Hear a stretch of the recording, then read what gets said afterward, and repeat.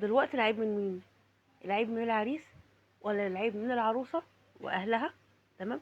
ولا العيب من مين؟ بس الاول قبل ما اقول العيب من مين، احب اعرف سؤال: دي فعلا غريزة فينا احنا، ولا هو فعلا يرجع للعريس ان هو مكبر العروسة، ولا يرجع للنشأة؟ بس قبل اي كلام احب اصبح عليكم او امس عليكم حسب التوقيت اللي انتم بتشوفوني بيه، واقول لكم ازيكم يا احسن متابعين، وحشتوني جدا جدا جدا، وعايزه اتكلم معاكم واخد رايكم. بس الاول حبيت ارحب بيكم. انا قاعده في البيت، انا لسه راجعه دلوقتي والله، انا ما نزلتش شغلي. يعني انا كنت واخده دور برد من اول امبارح، والحمد لله ربنا يشفيني ويعافيني، ويا رب يشفي كل مريض، ويدي كل محروم، ويدي كل واحد ما يتمناه بل احسن. وخير ما نبدا بيه الكلام، ماشي، اللي احنا نصلي على الرسول عليه الصلاه والسلام.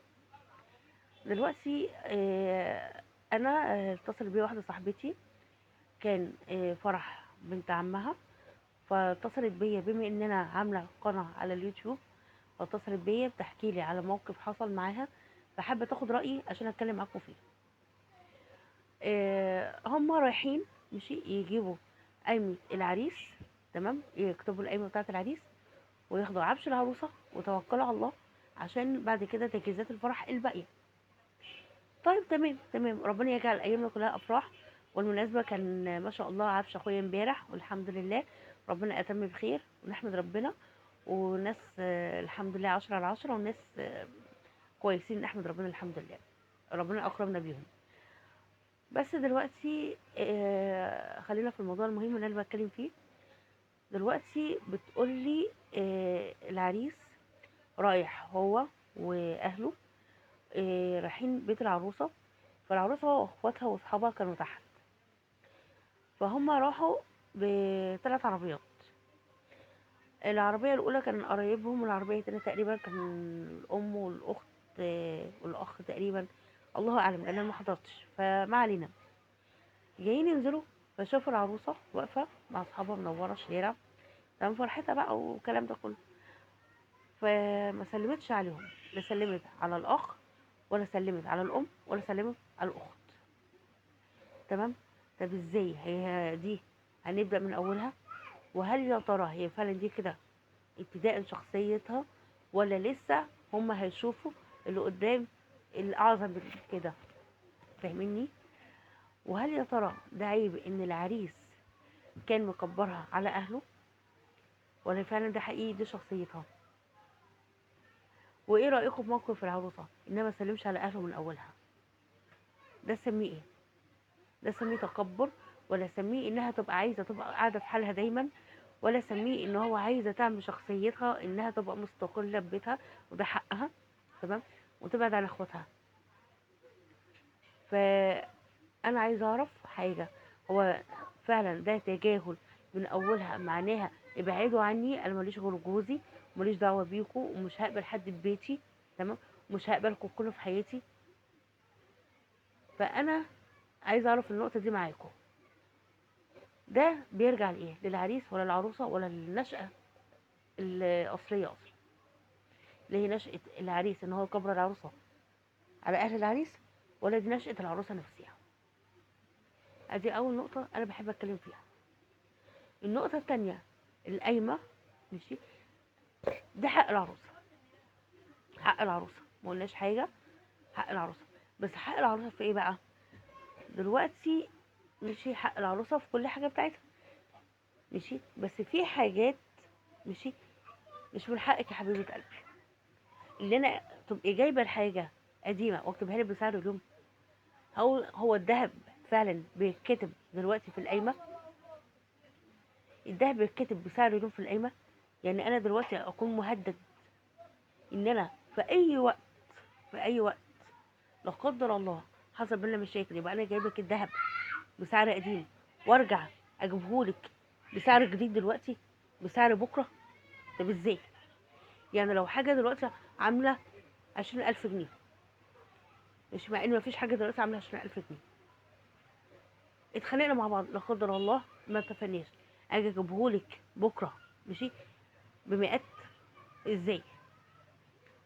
طب ليه؟ مين يرضى؟ وكده لا اتدفع على الحبس، يا اما ادفع ماشي واجيب لك الدهب بتاعك اللي هو يعدي، يا اما خلاص. طب ازاي؟ ما انا عايزه اعرف، قولوا لي رايكم. انا اعرف دلوقتي من حق العريس ان هو يكتب القايمه بتاعته اللي العروسه جابتها، حاجات اللي العروسه جابتها ماشي، والحاجات اللي هو جابها كالخشب بس، ده اللي تتكتب في القايمه حقه. وفي ناس بتعمل ان العريس تمام لو هو جاب الحاجه كلها بيكتب الحاجه اللي العروسه جابتها حقها، يبقى هو حقه ويمضي عليه، ويمضي عليه حق امانه. هو اي نعم احنا عندنا في البلد بيكتب لها الخشب، بس دلوقتي في ناس المقتدره انها بتجيب الحاجه كلها وما تكتبش للعروسه اللي هي تمام الحاجه اللي جابتها، بس اجيب كله واكتب لها كمان كل حاجه. طب ازاي؟ ده يرضي مين؟ يبقى العريس الشاري جايب ده كله واكتب لها هي الحاجه بتاعته بتاعتها تمام اللي هو جايبها، اللي هو جايبها يبقى عليه وصل امانه؟ ده ذبح رقبه، ذبح رقبه. انا قسما بالله انا قيمتي وقيمه اختي ما اتكتبتش اللي بعد الجواز.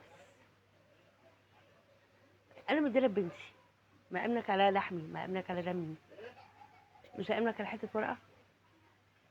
ده ينفع؟ طب تيجي ازاي؟ انا عايزاكم تكتبوا لي في رايكم في التعليقات في الموضوع دي. هو فعلا حقيقي المفروض ان انا اكتب كل حاجه بتاعتي بتاعت العروسه باسم العروسه وتبقى ده عليا، واكتب وصل امانه يبقى ده عليا ماشي، تهديد في اي وقت، واكتب لها بسعر اليوم، ولا اعمل ايه؟ قولوا لي رايكم في التعليقات، مش عشان رايكم يهمنا، عشان هي اكيد زميلتي هتشوف الفيديو ده، فعايزه اعرف رايكم عشان هي كمان تبقى عارفه رايكم. طيب ادي السؤال التاني، المفروض ان العريس يجيب الحاجه اللي هو الخشب والحاجه بتاعته واكتبها لها لو هما الاتنين مجمعين مع بعض، اما لو هو لوحده فده انا معرفش رايكم ايه. ويكتب الذهب بسعر اليوم. انا عايزه رايكم في الحاجات دي لان رايكم يهمني، وعايزه اعرف التعليقات، وعايزه اعرف كلامكم معايا هيكون ازاي ورايكم هيكون عامل ايه. والتجاهل العروسه ماشي لاهل العريس والتكبر من اولها، عايزه اعرف برضو رايكم في الموضوع ده لان المواضيع دي كلها اكيد تهم كل الناس. فانا حبيت ان انا اطلع النهارده اتكلم معاكم في الموضوع ده، وعايزه اعرف رايكم في الموضوع ده هيكون عامل ازاي. من كل البلاد بقى يا ريت تبقى مشاركه عشان نعرف راينا كلنا ونوصل لحل عشان يرضي الطرفين. ولو الفيديو ده عجبكم ما تنسوش اللايك والاشتراك وتفعيل الجرس، وتقولوا لي بتابعوني من انهي بلد عشان الكلام ده كله بيفرح قلبي ويفرحني. وكفايه دعواكم الجميله، واللي انا بتشرف بيكم فعلا، وحبيت ان انا اشارككم في الراي، ويا ريت تشاركوني في رايكم لان المواضيع دي كلها فعلا تهمني. ومتشكره جدا لحسن استماعكم، وزي ما بدأنا بالصلاة على سيدنا محمد هننتهي كلامنا بالصلاة على سيدنا محمد.